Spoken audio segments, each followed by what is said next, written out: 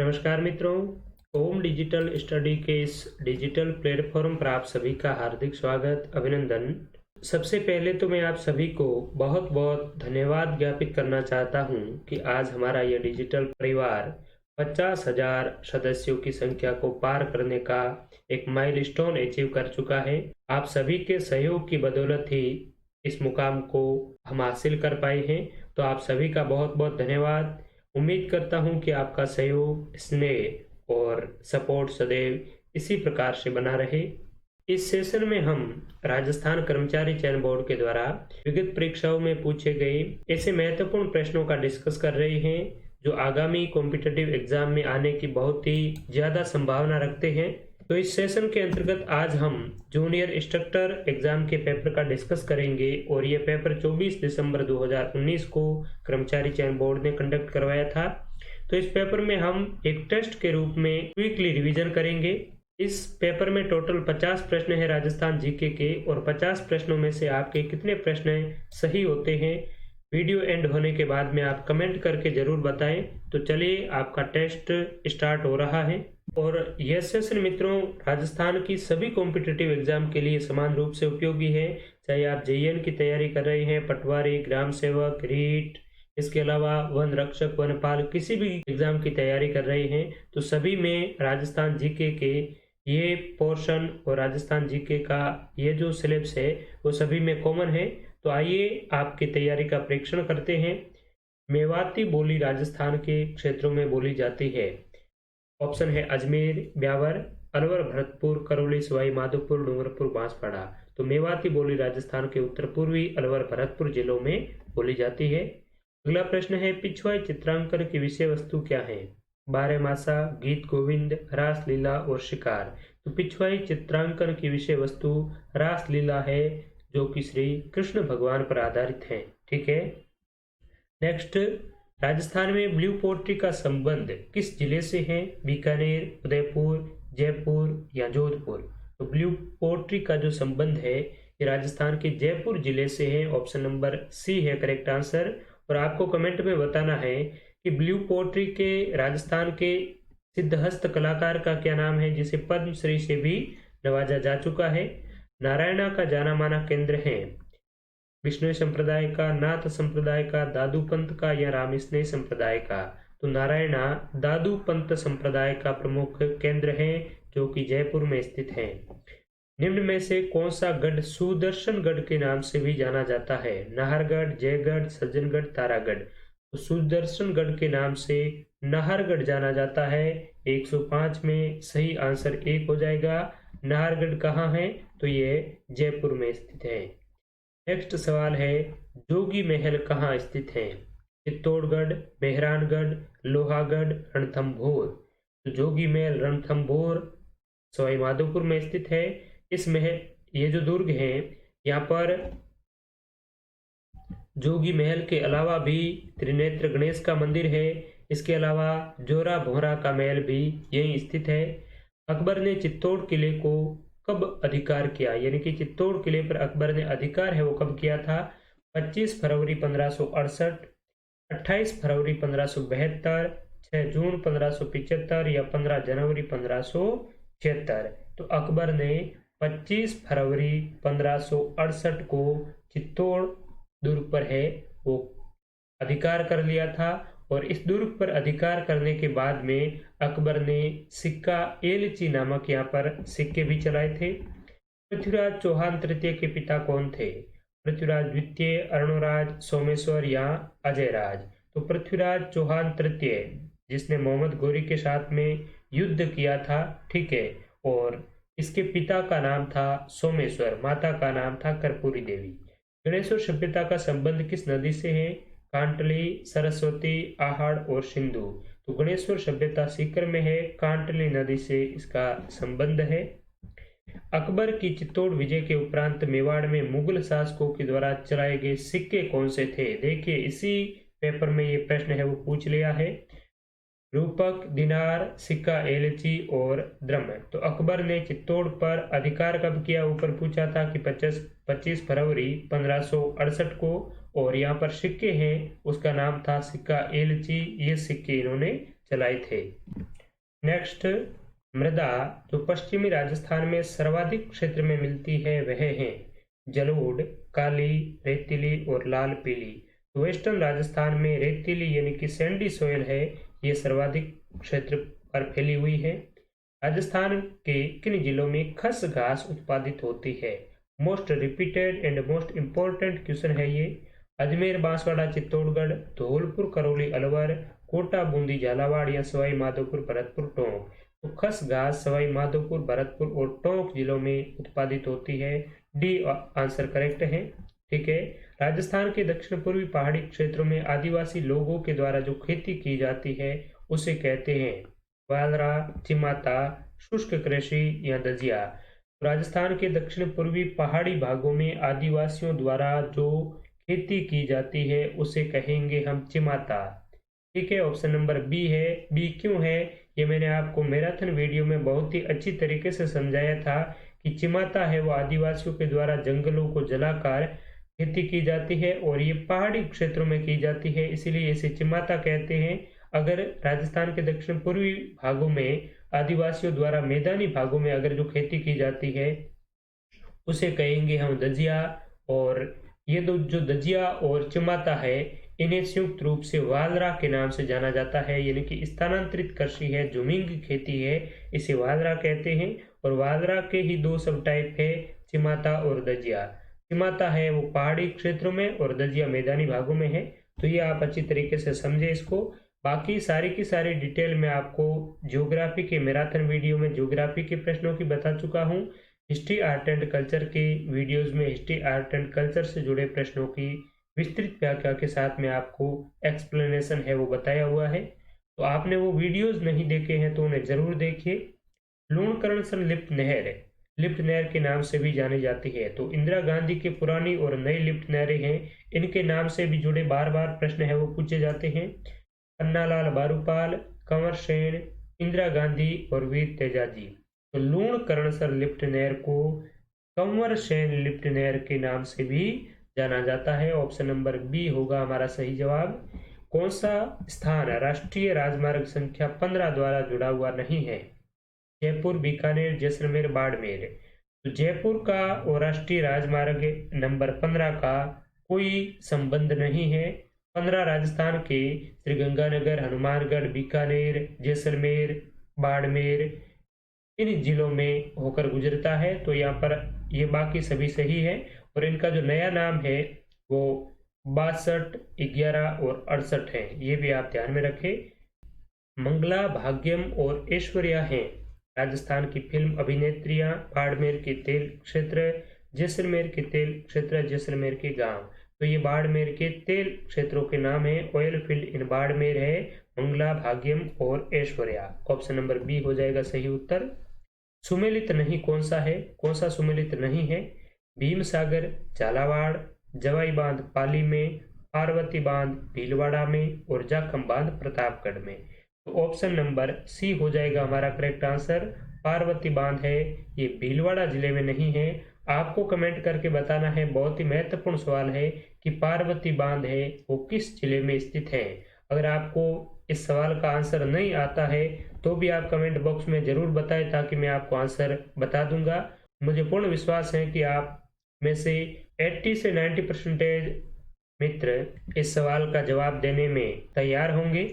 Next है राजस्थान के जिले जो न्यूनतम भूकंप संभावित क्षेत्र में है वह है गंगानगर, हनुमानगढ़, अलवर, झुंझुनू, अलवर व भरतपुर, भरतपुर व सीकर। ये प्रश्न भी काफी बार पूछा जा चुका है।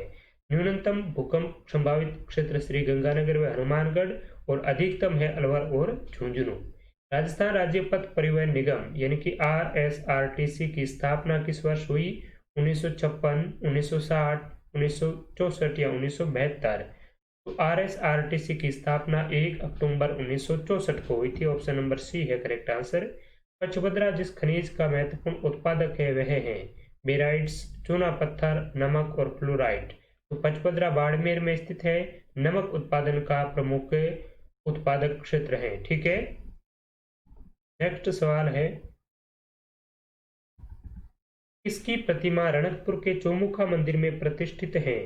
आदिनाथ, नेमिनाथ, पार्श्वनाथ और शिव। तो रणकपुर का चौमुखा मंदिर, जिसे चतुर्मुख जीन प्रसाद की संज्ञा भी दी जाती है, ये भगवान आदिनाथ को समर्पित जैन मंदिर है। ऑप्शन नंबर ए है करेक्ट आंसर। बीकानेर के जूनागढ़ किले का निर्माण किसने करवाया? यह भी बहुत ही महत्वपूर्ण प्रश्न है, काफी बार पूछा गया है। राव बीका, महाराजा राय सिंह, राव कल्याणमल और महाराजा अनूप सिंह। तो बीकानेर के जूनागढ़ दुर्ग के निर्माता महाराजा राय सिंह है। बीकानेर आकर मोस्टली स्टूडेंट्स राव बीका कर देते हैं। बीका नहीं, राय सिंह ने जूनागढ़ किले का है वो निर्माण करवाया था। ठीक है, तो इसे आप अच्छे से ध्यान में रखें। झालरापाटन के सूर्य मंदिर की प्रमुख विशेषता क्या है? आदिनाथ, आदिरथ, अष्टभद्र, सप्तरथ और अष्टशाल। तो झालरापाटन के सूर्य मंदिर की प्रमुख विशेषता है सप्तरथ, यानी कि 7 रथों पर विराजमान है ये सूर्य मंदिर। राजस्थान की प्रथम महिला कौन थी जिन्हें मंत्रिमंडल में स्थान मिला? सुमित्रा सिंह, रतन शास्त्री, नारायणी देवी वर्मा और कमला बेनीवाल। तो राजस्थान की प्रथम महिला मंत्री है कमला बेनीवाल। राजस्थान की विधानसभा की प्रथम महिला अध्यक्ष कौन थी? कमला बेनीवाल, सुमित्रा सिंह, विद्या पाठक या उजला अरोड़ा। राजस्थान विधानसभा की प्रथम महिला अध्यक्ष सुमित्रा सिंह थी। ऑप्शन नंबर बी है करेक्ट आंसर। आप कमेंट करके बताइए कि राजस्थान विधानसभा के प्रथम अध्यक्ष कौन थे? प्रथम पुरुष अध्यक्ष, ठीक है। महिला तो कौन हो गई? सुमित्रा सिंह। तो पुरुष अध्यक्ष कौन थे आपको बताना है कमेंट करके। मत्स्य संघ का प्रधानमंत्री किसे बनाया गया? शोभाराम, जुगल किशोर चतुर्वेदी, भोलानाथ या चिरंजी लाल मिश्र। तो मत्स्य संघ की राजधानी तो अलवर थी और प्रधानमंत्री बनाया गया था शोभाराम कुमावत को 126 में। ऑप्शन नंबर ए हो जाएगा करेक्ट आंसर। राजस्थान केसरी समाचार पत्र का प्रकाशन किसने आरंभ किया? ताड़केश्वर शर्मा, नाथूलाल जैन, विजय सिंह पथिक या दुर्गा प्रसाद चौधरी। राजस्थान केसरी समाचार पत्र का प्रकाशन है ये विजय सिंह पथिक ने आरंभ किया था। ऑप्शन नंबर सी है हमारा सही जवाब। 1817-18 के दौरान कौन सी रियासत प्रथम थी जिसने अंग्रेजों के साथ संधि की थी? ये जो जेईएन का पेपर है, इसके अलावा भी जितने भी कॉम्पिटिटिव एग्जाम्स हैं उनमें राजस्थान की जो अधीनस्थ संधियां हैं उनसे संबंधित अलग टॉपिक मेंशन कर रखा है, तो इनसे संबंधित एक प्रश्न आना निश्चित है और इसे अच्छी तरीके से आप याद कर लीजिए। प्रथम संधि किसने की थी और संधि के दौरान किस राज्य के कौन शासक थे और अंग्रेज अधिकारी कौन था? ये मैं आपको बहुत ही अच्छे से बता चुका हूँ हिस्ट्री कल्चर के वीडियोस में। ऑप्शन है करौली, कोटा, उदयपुर और जोधपुर। तो 1817-18 की जो संधियां हुई थी उसमें अंग्रेजों के साथ में संधि करने वाली राजस्थान की प्रथम रियासत थी कौन सी? करौली। 128 में करेक्ट आंसर हो जाएगा 1। और करौली ने 9 नवंबर 1817 में अंग्रेजों से संधि की थी। अंग्रेज अधिकारी कौन था? Charles Metcalfe. और आपको बताना है कि करौली का शासक कौन था जिसने 1817-18 में 9 नवंबर 1817 को अंग्रेजों के साथ में संधि की थी। ठीक है, और अंतिम संधि है वो किसने की? तो अंतिम संधि है वो 1823 में सिरोही रियासत ने की थी। ठीक है, अंग्रेजों के साथ में 1817-18 वाली संधि में प्रथम संधिकर्ता करौली, अंतिम संधिकर्ता सिरोही थी। लेकिन कर्मचारी चयन बोर्ड ने एक बार प्रश्न पूछा था और उस प्रश्न में उन्होंने जैसलमेर को करेक्ट आंसर बताया था, लेकिन यह पूर्णतया गलत है।